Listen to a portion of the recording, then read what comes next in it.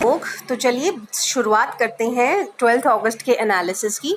तो पहला आर्टिकल है जीएस पेपर 1 से रिलेटेड माउंट सिनाबक के बारे में। ठीक है, तो कहाँ पे पड़ता है ये? इंडोनेशिया में पड़ता है, नॉर्थ सुमात्रा में। तो ऐसे इंडोनेशिया है तो इधर सुमात्रा और यहाँ पे नॉर्थ सुमात्रा में पड़ता है माउंट सिनाबंग। तो अभी क्या है भाई, यहाँ पे एक एक्टिव वोल्केनो है। ठीक है, तो ये एक्टिव वंस अगेन हो गया है। पहले ये 2010 में एक बार एक्टिव हुआ था, मतलब उससे 2010 से 400 साल पहले ये एक्टिव नहीं था, पर रिसेंटली 2010 में एक्टिव हुआ है। और अभी भी इसमें रिसेंट एरप्शन मतलब ऐश देखा गया था, तो वहां से लोगों को रेस्क्यू करा लिया गया कि इनकेस ये एरप्ट हो जाए।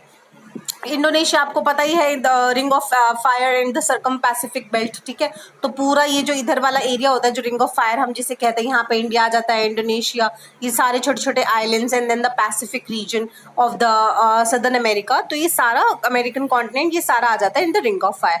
तो ये क्यों इतना एक्टिव माना जाता है? क्योंकि यहाँ पे बहुत सारी टेक्टोनिक प्लेट्स हैं जो, ठीक है, वो कन्वर्ज करते हैं यहाँ पे, इसीलिए they are prone to movement. And जितना मूवमेंट होगा टेक्टोनिक प्लेट्स पे, उतना ही वोल्केनो जनरेशन की प्रोबेबिलिटी होती है। एंड यहाँ पे इसीलिए वोल्केनो एंड फ्रीक्वेंट अर्थक्वेक्स आते ही रहते हैं। It is home to about 75% of the world volcano. तो यहाँ पे काफी ज्यादा वोल्केनो मिलते हैं एंड 90% ऑफ द अर्थक्वेक यहीं अकर होते हैं, इसलिए इसको रिंग ऑफ फायर बोला जाता है। वोल्केनोज क्यों एरप्ट करते हैं? वोल्केनोज अभी एक्टिव, डोरमेंट या एक्सटिंक्ट, तीनों में से एक हो सकते हैं। इरप्शन जब होती है, जब मैग्मा जो उसके अंदर का ये वोल्केनो हो गया, तो यहाँ पे मैग्मा हो गया, वो इरप्ट हो जाएगा। ठीक है, thick flowy substance formed when earth mantle melts. ठीक है, आपको पता ही होगा क्रस्ट, मैंटल एंड कोर। ठीक है, तो ये लेयर्स हैं अर्थ की। तो जब मैंटल मेल्ट हो जाता है, क्योंकि जब हम नीचे अर्थ में जाते हैं तो टेम्परेचर बहुत ज्यादा होता है, तो वो टेम्परेचर, वो जो रॉक्स वगैरह है वो मोल्टन फॉर्म में निकलते हैं फ्रॉम द वोल्केनो। ठीक है, magma is lighter than the solid rock, क्योंकि मैग्मा सॉलिड रॉक से लाइटर होता है, आपको पता ही होगा कि वो फ्लोट करता है। And it is ables to rise through the vents and the fissures. जो ये वेंट्स और द मतलब यहाँ पे बीच बीच में दरारें होती है, उनमें से वो निकल जाता है, और जहाँ पे ये ज्यादा प्रोमिनेंट होती है वो एक वोल्केनो हो जाता है, और वहां से ये इरप्ट करता है। जब इरप्ट हो जाता है, देखो अंदर तो ये मैग्मा ही होगा, और जब इरप्ट कर जाएगा तो इसे लावा बोलते हैं। ये डिफरेंस आपको याद होना चाहिए। व्हेन दे आर एक्सप्लोजिव, सभी को एक्सप्लोजिव नहीं माना जाता। When magma is run and thinny, जब बहुत ही पतला पतला है, गैसेस कैन एस्केप इजीली। ठीक है, तो इसमें क्या होता है, मैग्मा इजीली सरफेस पे आ जाएगा। अगर मैग्मा थिक होगा और नहीं मतलब एस्केप कर पाएंगे गैसेस वगैरह, तो एकदम से वो एक्सप्लोड होगा। ठीक है, वही ना, जितना प्रेशर अंदर होगा फिर उतना प्रेशर से वो बाहर निकलेगा। तो ये दो चीजें आपको याद होनी चाहिए। ये टाइप्स ऑफ वोल्केनोज है, ये मैं टेलीग्राम ग्रुप में डाल दूंगी अगर आप चाहोगे तो, वरना आपकी जीसी लियोंग या उसमें दे ही रखी है एनसीईआरटी में। ठीक है, caldera volcano, shield volcano, these are all given. Okay, there is about clause 6 of Assam accord. ठीक है, तो फेब्रवरी में गवर्नमेंट ने अपॉइंट की एक कमेटी की, भाई देखो अपनी जो कमेटी है उसने सबमिट कर, ये कमेटी तो वैसे पिछले साल बनाई थी, तो उसने रिकमेंड कर दी थी अपनी जो सबमिट कर दी थी अपनी रिकमेंडेशंस, जो क्लॉज 6 है उसको इम्प्लीमेंटेशन वगैरह के लिए। उन्होंने कमेटी इसलिए बिठाई थी कि भाई देखो क्लॉज 6 अच्छे से इम्प्लीमेंट हो रहा है नहीं हो रहा है, तो वो भी जो भी रिकमेंडेशन थी उन्होंने सबमिट कर दी। तो बैकग्राउंड क्या है, मिनिस्ट्री 2019 में बनाई गई थी, होम मिनिस्ट्री द्वारा। कौन हेड किया था? Biplab Kumar Sharma, not very important. ये हुई क्या थी कि डिफाइन करो भाई आसामीज पीपल कौन है। ठीक है, and suggest measure to safeguard their rights, किनको माने भाई हम आसामीज पीपल। ठीक है, तो what does the clause 6 says? Clause 6 of the Assam accord क्या कहता है? पहली बात मैं बता दूं आपको, 1975 के आसपास, ठीक है, 1975, 76, 78, 79 बहुत ज्यादा असम एजिटेशन हुआ था।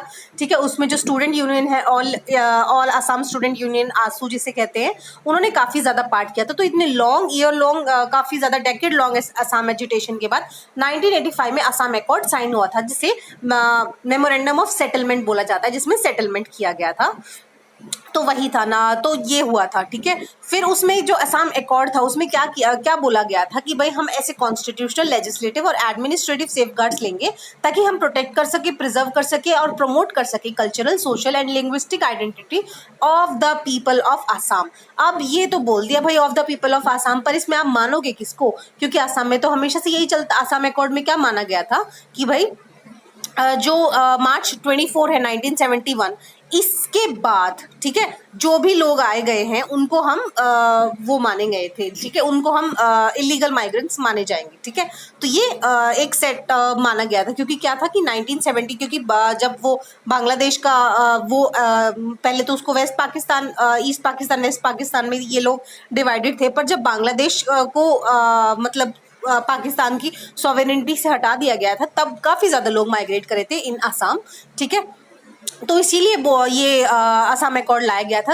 ये क्लॉज इंसर्ट किया गया था ताकि लोगों की सोशियो पॉलिटिकल राइट्स और कल्चर उनका प्रोटेक्ट किया जा सके फ्रॉम द इलीगल माइग्रेंट्स। तो असम अकॉर्ड क्या मैं बता चुकी हूँ, सेटलमेंट का एक मेमोरेंडम था between the representative GOI and the leaders of Assam movement के बीच में, साइन हुआ था 15 अगस्त 1985 को, इंडिपेंडेंस डे पे। And happy independence day to you as well. And की रिकमेंडेशंस क्या बोली गई है कि भाई हम ऑल सिटीजन्स ऑफ इंडिया हुआ, हम ऐसे लोगों को असमीज पीपल मानेंगे, ऐसे जो सिटीजन्स ऑफ इंडिया, मतलब अभी तो वो आ गए हैं ना, जो 1951, ठीक है, residing in the territory of Assam before January 1951, तो जो 1951 से पहले से रह रहे हैं ना आसाम में, वो उनको माने जाएंगे। ऐसी कोई इंडिजिनस ट्राइबल कम्युनिटी जो वो 1951 से पहले रह रही है, ठीक है, उसको भी मानी जाएंगी। And other indigenous community of the Assam residing in the territory 1951, all other citizens of India residing in territory before 1951 and उनके डिसेंडेंट्स। तो क्या है कि 1951 मान ली गई है, और जबकि जो 1971 माना गया था उसको हटा दिया गया है, ठीक है। तो इम्प्लीकेशंस क्या होंगी, ये ज्यादा इंपॉर्टेंट है। क्लॉज 6 किसके लिए था, हमने ऊपर पढ़ा, कॉन्स्टिट्यूशनल, लेजिस्लेटिव, एडमिनिस्ट्रेटिव सेफगार्ड्स लेंगे जिससे उनके इंटरेस्ट, सोशियो पॉलिटिकल इंटरेस्ट उनके सेफगार्ड रहें। तो उनको it would not be available to migrants between 1951 to 1971। तो अब 1951 हो गया ना डिसाइड, तो 1971 का कोई बात ही नहीं बनता है। तो वो जो उसके बीच में जो लोग आए थे 1951 से लेके 1971 के लिए, उनको सिटीजन्स ऑफ इंडिया तो वो होंगे, ठीक है, क्योंकि वो आके रह गए, पर उनको असमीज पीपल नहीं माना जाएगा। दिस इज इंपॉर्टेंट थिंग, क्योंकि असमीज पीपल को कुछ स्पेशल सेफगार्ड्स मिलते हैं क्योंकि वो आसाम में रहते हैं। इफ रिकमेंडेशन एक्सेप्ट कर ली गई ना, तो जो इन दो डेकेड्स के बीच में आया है, would be Indian citizens under the Assam accord and NRC, but will not be eligible for as a Assamese people. तो जब हमने NRC लेकर आए थे आसाम में, क्या बोला गया था उसमें कि वहाँ पे जो माइग्रेंट्स है उनको आइडेंटिफाई किया, पर फिर हम सिटीजनशिप अमेंडमेंट एक्ट लिया है कि भाई 3 जो कंट्रीज है उनमें से जो इलीगल परसिक्यूशन से आए हैं लोग, ठीक है, जो स्पेसिफिक 6 रिलीजन्स है, वहाँ के लोगों को हम मान लेंगे इंडियन सिटीजन। तो वो माना गया, ठीक है। तो इसके तहत क्या है कि फिर हमने कट ऑफ डेट 90, उसकी तो कट ऑफ डेट 1970, अभी 2014 ही उसकी कट ऑफ डेट है ना, तो सिटीजनशिप अमेंडमेंट एक्ट की। तो ये बड़ी कंफ्यूजन क्रिएट कर रहा था आसाम में, इसीलिए आसाम में दोबारा से एजिटेशन हो गया था, ठीक है। तो पर अगर ये रिकमेंडेशन मान ली जाती है, तो जो इन 2 डेकेड्स में आए थे उनको इंडियन सिटीजन तो मान लिया जाएगा एंड उनको NRC के तहत फायदा दिया जाएगा, पर उनको आसामीज पीपल नहीं माना जाएगा। इससे क्या है कि आसाम वाले लोग शांत हो गए, ठीक है, हमारे जो हमने सोचा है ना आसामीज को फायदा देने का वो होगा, और इलीगल माइग्रेंट्स रहो हमें कोई दिक्कत नहीं, पर वो रूल आउट हो जाए। तो सेफगार्ड्स क्या होते हैं, 80 to 100% reservation in the parliamentary seats of Assam, assembly seats and local body seats को आसामीज पीपल के लिए रिजर्व किया जाता है। ग्रुप C और D की 80 to 100% पोस्ट भी होती हैं इन द सेंट्रल गवर्नमेंट, होती हैं असम के लिए, असम के लोगों के लिए। 80 to 100% job under government of Assam and state government, तो वहाँ पे भी उनको रिजर्वेशन दिया जाता है। And 70 to 100% of the vacancies arising in the private partnership, तो प्राइवेट पार्टनरशिप में भी इनकी वैकेंसीज होती हैं। लैंड राइट्स भी ऐसा ही होता है कि आसामीज पीपल को ही दिए जाते हैं, एंड आसामीज पीपल अपने आप में ट्रेड कर सकते हैं। Several others recommendation dealing with language, cultural, social right, तो ये भी होते हैं। तो इंपॉर्टेंट आपको थोड़ा याद रखना है कि भाई उनका काफ़ी ज़्यादा सेफगार्ड्स होते हैं आसामीज पीपल, ठीक है। देन देख लेते हैं Supreme Court verdict on Hindu women inheritance right. तो finally Hindu women inheritance right to be joint legal heir and the inherit ancestral property, ठीक है। तो क्या होता है, लड़की शादी करके अपने ससुराल चली गई, उसके बाद जो प्रॉपर्टी होती है लड़की के नाम हो जाती है, तो लड़की को कोई भी ज्यादा से नहीं मिलता। एंड जिस लड़की घर में शादी करके जाती है तो वहां पे भी उसका कोई से नहीं होता इन द प्रॉपर्टी, ठीक है। वही ना कि 2 घर तो दिए पर अपना एक भी नहीं कहने वाली चीज हो जाती है। So what is the ruling, Hindu women right to be a joint heir to the ancestral property is by birth and not by dependent, अगर उसके पिताजी जिंदा है या नहीं। क्या हुआ, 2005 में इसकी जजमेंट आई थी, तब बोला गया कि हाँ भाई हम आपको मानते हैं कि आप जॉइंट ईयर हो, ठीक है, मतलब आप को भी प्रॉपर्टी दी जानी चाहिए, पर आपके फादर को अलाइव होना चाहिए ताकि वो अपनी वसीयत बना के जा सके। पर अब बोला है कि वसीयत की जरूरत नहीं है, पिताजी जिंदा है नहीं उसकी जरूरत, आप उनके घर में पैदा हुए हो तो आप ये चीजें आपको मतलब एक प्रॉपर्टी में हिस्सा देने के लिए इनेबल करती हैं। Ruling now over rules the verdict from 2015 and 2018, ठीक है। हाउ डिड दिस केस, तो 2005 में क्या हुआ, law granted equal rights to women, women को इक्वल राइट्स दिए। क्वेश्चन अराइजेस कि भाई रेट्रोस्पेक्टिवली होता है कि भाई 2005 में आपने दे दिया, बट 1971 में किसी ने केस लड़ा हो तो उसका क्या किया जाए, उसको दिया जाए अपने पिताजी की प्रॉपर्टी में हिस्सा। And if rights of the women depended on the living status, कि भाई वो पिताजी का जिंदा होना, वसीयत बनाना, ये डिपेंड करेगा नहीं करेगा। तो about the Hindu succession act of 2005 ये अमेंड किया गया, ठीक है। एक्ट लाई हमारी सरकार। It gave Hindu women the right to be co partners या joint legal heirs in the same way male heir does, ठीक है। तो जैसे कि मेल को जाती है प्रॉपर्टी, वैसे ही लड़की को भी जाएगी।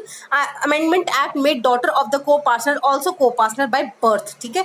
हर own right in the same manner as the son, कि भाई लड़का अब घर में पैदा हो गया तो प्रॉपर्टी तो उसी को जाएगी, तो लड़की को भी सेम वे में जाएगी, नहीं डिपेंड करेगा कि भाई वो है क्या पिताजी का status. The law also gave daughter the same rights and liability in the co partner property, कि अगर वो लड़का होता तो भी उसको इतनी ही मतलब वही राइट्स और लाइबिलिटी दी जाएंगी। It applies to ancestral property and to interstate succession in the personal property where succession happens as per law and not through a will, ठीक है। तो as per law होगी and not through the will, वसीयत की जरूरत नहीं होती। Background क्या है इस केस का, डिफरेंट बेंचेस बैठे थे, ठीक है, वेरियस हाई कोर्ट्स में, एंड काफी कंफ्लिक्टिंग व्यूज थी। तो 2015 में जो था प्रकाश वर्सेस फुलवती का case, the court held that benefit of 2005 amendment could be granted, कि भाई लिविंग डॉटर होनी चाहिए ऑफ द लिविंग को पार्टनर, ठीक है। तो लिविंग होना चाहिए उनके पिताजी एंड लिविंग डॉटर होनी चाहिए, ठीक है। एंड फरवरी 2018 में बोला गया कि share of the father who died in 2001 will also pass to daughter during the partition of the property as per 2005 law, ठीक है। तो 2005 का लॉ था, उसके तहत तो उसको होगा जो राइट्स एंड लाइबिलिटीज डिवाइड होंगी, प्रॉपर्टी डिवाइड होगी। पर ये है कि share of father who died in 2001 भी पास हो जाएगा, ठीक है। तो वही मतलब दिक्कत करते रहे कि साल बदलते रहे कि 2001 में मर जाएंगे पिताजी तो कर लेंगे, 2005 में हो जाएंगे तो कर लेंगे, तो ये सब अभी कैंसिल हो गया। तो अभी अगर आपको लिखना पड़े तो ये सिंपल सी आपने ये चीज़ लिखनी है कि अब वेदर और नॉट उनके फादर अलाइव है या नहीं, ठीक है। तो रेट्रोस्पेक्टिवली उसको दिया जाएगा उसके जो भी प्रॉपर्टी राइट्स हैं, ठीक है। And ancestral property by birth, क्योंकि वो वहाँ पे पैदा हुई है, एंड डजंट डिपेंड उनके फादर अलाइव है या नहीं, और not when the law was enacted in 2005, क्योंकि 2005 में हमारी सरकार लॉ लेके आई थी Hindu succession act of 2005। This is important, ठीक है।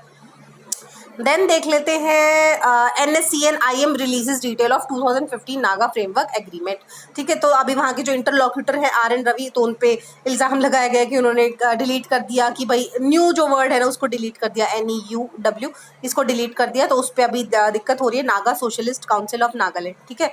तो क्या हुआ था इनिशियली, तो जो वहाँ पे सरकार बनी थी, जो अंडरग्राउंड वहाँ पे सरकार बनी थी, वो स्प्लिट कर दी गई थी, स्प्लिट हो गई थी NSCN-IM और NSCN-K में, ठीक है। और ये जो IM और K है ये डिपेंड करता है खारप्लांग, जैसे यहाँ पे जिनके जो लीडर है जो इनको हेड कर रहे हैं, ठीक है। तो यहाँ पे इसाक मुवैया, तो जो इनको हेड कर रहे हैं, तो वो डिपेंड करता है जो इनको हेड करे उसके नाम पे, ठीक है। तो इशू क्या है भाई, अब मैं आपको बता देती हूँ।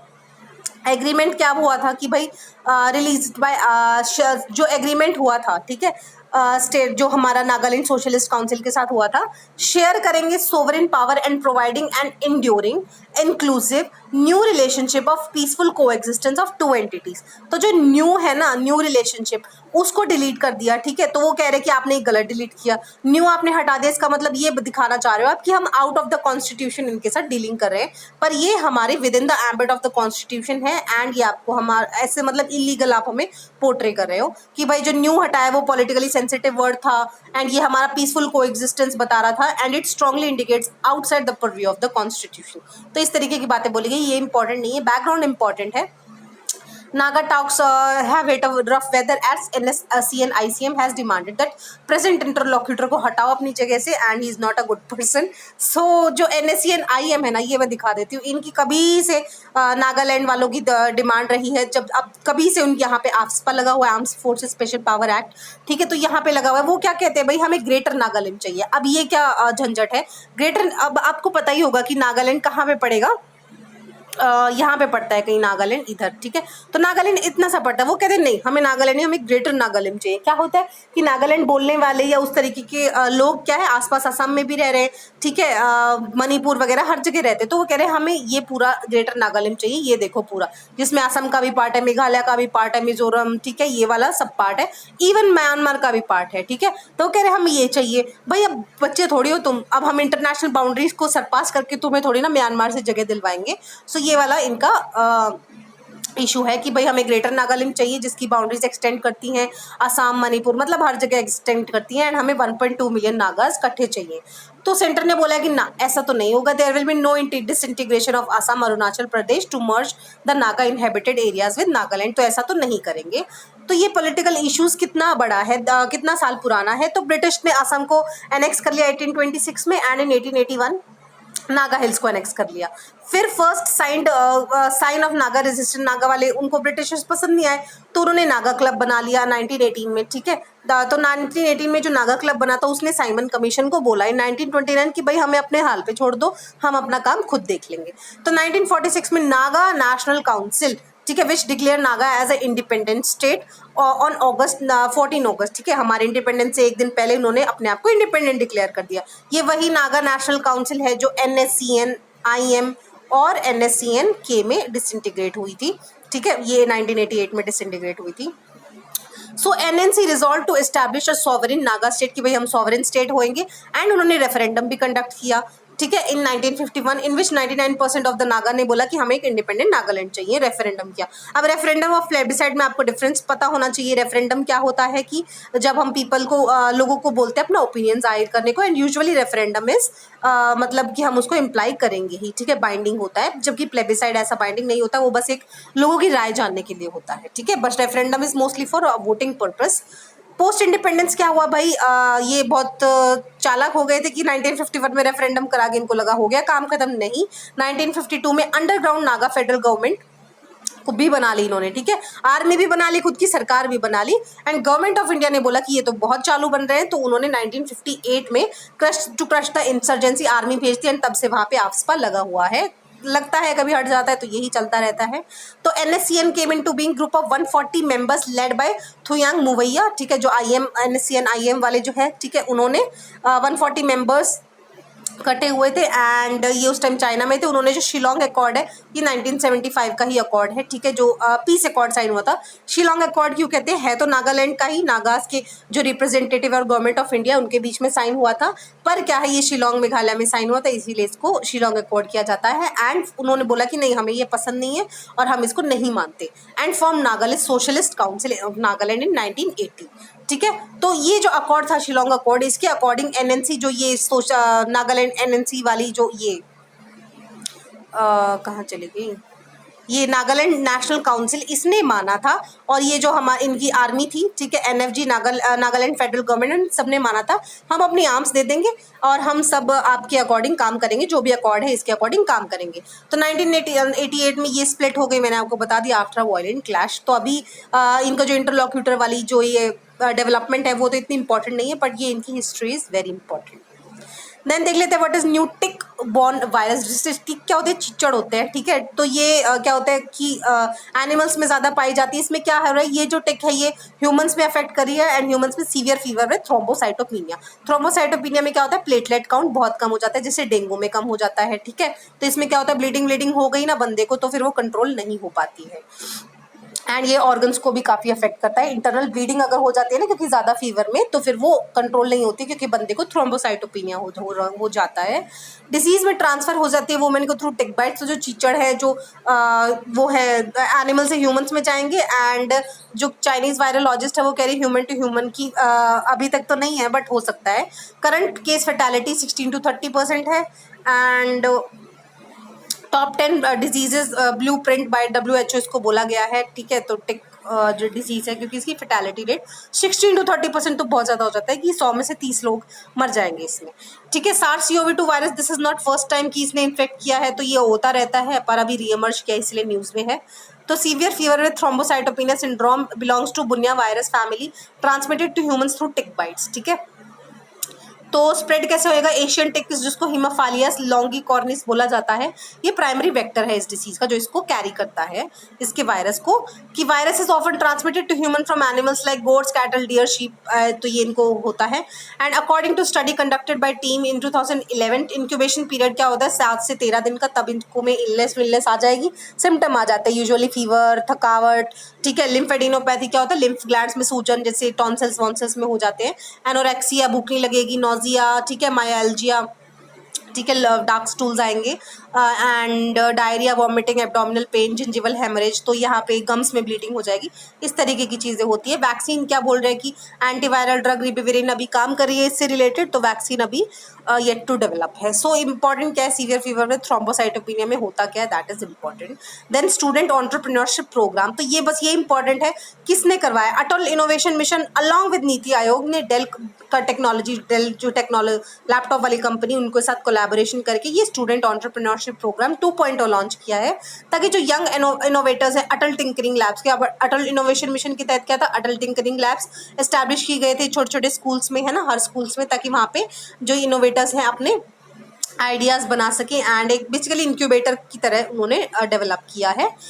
And it will allow innovators to work closely with Dell volunteers, उनके साथ काम करेंगे तो बताएंगे, उनको मेंटर सपोर्ट मिलेगा, प्रोटोटाइपिंग एंड टेस्ट सपोर्ट मिलेगा, and users feedback, intellectual property registration की भाई आप कुछ रिसर्च करते हो उसकी रजिस्ट्रेशन कैसे करा सकते हो, अपने आइडियाज़ को पेटेंट कैसे करा सकते हो, प्रोडक्ट कैसे मैन्युफैक्चर कर सकते हो, मार्केट में कैसे लॉन्च कर सकते हो, तो ये सब डेल वाले बताएंगे उनको।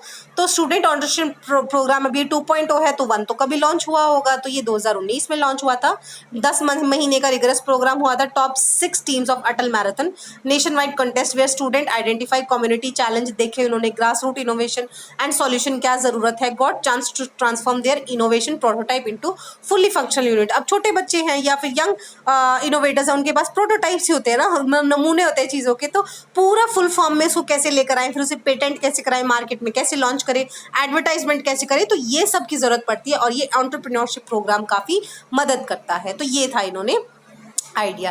Then SpaceX SN5 Starship prototype, तो प्रोटोटाइप मतलब नमूना होता है, तो ये स्पेसएक्स ने SN5 स्टारशिप, ठीक है, तो ये क्या है, एक स्टील की ऐसे रॉकेट जैसा इन्होंने लॉन्च किया, ठीक है। तो स्पेसएक्स किसकी कंपनी है, एलन मस्क की कंपनी है, ठीक है। तो क्या इन्होंने लॉन्च किया इसको, ठीक है, तो ये क्या है, एक जैसे लॉन्च व्हीकल की तरह, या फिर ये प्रोवाइड करेगा, जैसे कि मान लो मून वाले हैं, मून वालों को चाहिए काफ़ी पानी वानी की जरूरत पड़ गई उनको वहाँ पे, या कुछ भी रिसर्च एंड डेवलपमेंट के लिए, तो ये इस तरीके का लॉन्च व्हीकल है जो वहाँ पे सामान पहुंचा देगा और ये वापस इसी जगह पे आके बैठ जाएगा।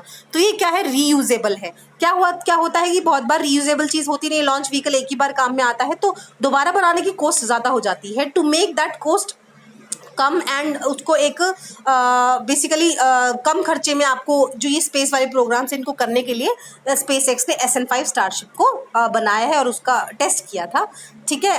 And it is a stainless steel test, it is a part of Starship spacecraft, तो पार्ट बनेगा, अभी तो ये मतलब नमूना ही था, बाद में जब इसको जो स्टारशिप स्पेसक्राफ्ट बनेगा ना, तो उसमें इसको इंटीग्रेट किया जाएगा। Prototype recently completed first test flight, ठीक है, अभी तो ये थोड़े ही ऊपर गया, 500 फीट ऊपर ही गया, एंड फिर ये वापस नीचे आ गया, लाया गया इसको। Design by SpaceX starship spacecraft and super heavy booster rocket, ठीक है, तो सुपर हैवी है ये, करीबन 1 लाख आई थिंक टन तक ये सामान उठा सकता है। रीयूजेबल ट्रांसपोर्टेशन सिस्टम होगा for crew and cargo crew को भी ले जाएगा, कार्गो को भी ले जाएगा टू द अर्थ ऑर्बिट, ठीक है, जैसे हमारे इंटरनेशनल स्पेस स्टेशन है लो अर्थ ऑर्बिट में, मून पे एंड मार्स पे ये ले जाएगा। SpaceX ने डिस्क्राइब किया है स्टारशिप को world most powerful launch vehicle, क्योंकि इसमें 1000 मेट्रिक टन्स तक काफ़ी ज़्यादा इसमें सामान कैरी हो सकता है। फंक्शनल हो जाएगा तो स्टारशिप स्पेसक्राफ्ट जब मार्स के एटमॉस्फेयर में एंटर करेगा at speed of 7.5 kilometre per second, it will be design to withstand multiple entries. Starship can deliver satellite further, ठीक है, तो सैटेलाइट भी डिलीवर कर सकता है at a lower marginal cost, ठीक है, तो काफ़ी ज़्यादा कम कॉस्ट में, एंड जो फेरी कर सकता है, मतलब लेके भी आ सकेगा, छोड़ के भी आ सकेगा to the cargo and crew to the international space station, ठीक है।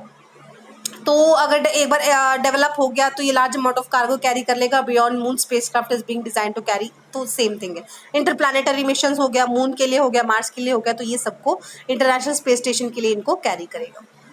देन स्पुतनिक 5 के बारे में आई होप सबको आइडिया होगा, ही देख ही लिया होगा कि रशिया ने अपनी पहली कोरोना वायरस वैक्सीन लॉन्च की गई है, ठीक है, इसको वर्ल्ड फर्स्ट वैक्सीन भी बोला गया है कोविड के लिए। एंड अभी बोला गया है जो WHO प्री क्वालिफिकेशन होती है उन पे बातें डिस्कस हो रही है। प्री क्वालिफिकेशन माने कि ये एलिजिबल है या नहीं, इसके साइड इफेक्ट क्या क्या है, तो WHO उन्होंने बना तो ली, तो WHO भी तो इस पर मोहर लगाएगा ना, तो वो मोहर लगाने वाली चीज़ चल रही है और उसका प्रोसेस चल रहा है अभी। स्पुतनिक इसलिए बोला गया है क्योंकि फर्स्ट ऑर्बिटल सैटेलाइट्स जो स्पुतनिक है, जो USSR था उस टाइम पे, उसने लॉन्च किया गया था पहली सैटेलाइट, ठीक है, क्योंकि जो व्लादिमीर पुतिन है वो कहते हैं मैं रशिया की वही ग्लोरी वापस लेके आऊंगा जो यूएसएसआर के टाइम पर थी, तो वही वाली चीज़ है, तो इसलिए इनका नाम स्पुतनिक 5 बोला गया है। अब ये चलो आपके लिए एक क्वेश्चन बोल देती हूँ, जो रशिया ने आज तक भी जो सैटेलाइट्स लॉन्च की गई हैं वो आप मुझे कमेंट सेक्शन में बताएंगे विद द ईयर। ठीक है, तो आई होप आपको डिस्कशन अच्छा लगा होगा and thank you so much for watching.